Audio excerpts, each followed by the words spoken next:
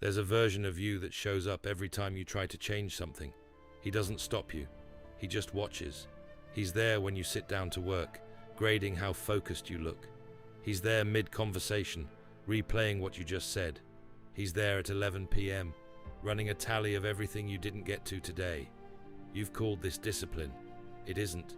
It's a second person living inside the first one, and he's not helping you act. He's the reason acting feels so heavy. There's a word for what happens when he finally goes quiet. It's not confidence. It's not calm. It's older than both. And once you understand it, you'll realize you've spent years mistaking the watching for the trying. Think about the last time you tried to focus on something that mattered. Not the task itself, the thing running underneath it. You sit down to work, and some part of you is already checking. Am I actually concentrating, or just staring at the screen? Did that last hour count for anything? Is this the version of focus that means something, or the version that just looks like it from the outside? That's not attention, that's surveillance. And here's what nobody tells you about it. The watching doesn't make you better at the thing. It just makes you tired in a new way. A way sleep doesn't fix. You've felt this. The specific exhaustion of a day where you did plenty, but somehow spent all of it managing yourself instead of living it. That manager, that narrator, he's been with you so long you've stopped noticing he's there. You think he's just how your mind works. He isn't. He's a habit, and habits can be broken. The word for this is mushin, no mind. It comes out of Japanese swordsmanship, centuries old, developed by people whose lives depended on getting this right. A swordsman who hesitates for even a half second, checking his form, questioning his grip, wondering if this is the right moment to strike, is already dead. The checking itself was the danger. So they trained for something specific, not calm, not focus, the way you'd use the word for reading a book. They trained for the disappearance of the narrator entirely, the state where the hand moves and there's no second voice commenting on the movement. Zen teachers who worked with these swordsmen described it plainly: the mind that stops nowhere, not empty, not blank, just unattached to its own performance. This wasn't mysticism to them, it was survival training with a name. And here's the part that matters for you, sitting wherever you're sitting right now, nowhere near a sword. The mechanism is the same one running under your exhaustion. You've just never had a word for it. Here's how the narrator got built in the first place. Nobody installed it on purpose. You checked yourself once, and it worked out. Caught a mistake before anyone saw it. Felt useful. So you checked again, and again, until checking wasn't a choice anymore.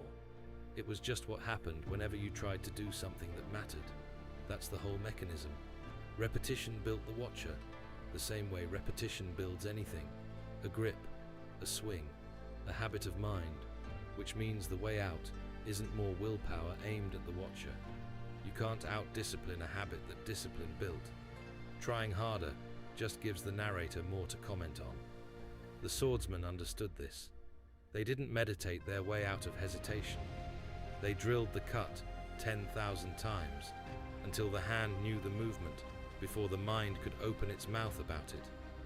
The repetition that built the watcher is the same tool that dissolves him, just aimed differently.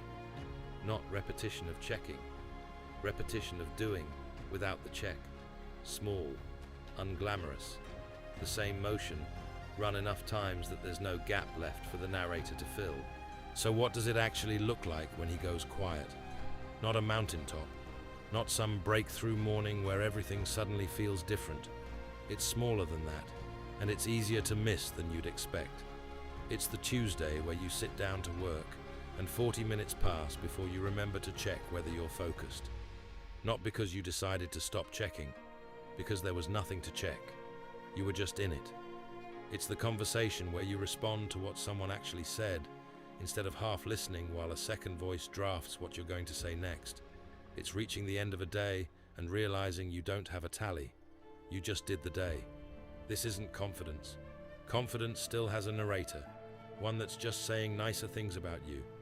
This is the narrator gone, the doing and the self, no longer two separate jobs.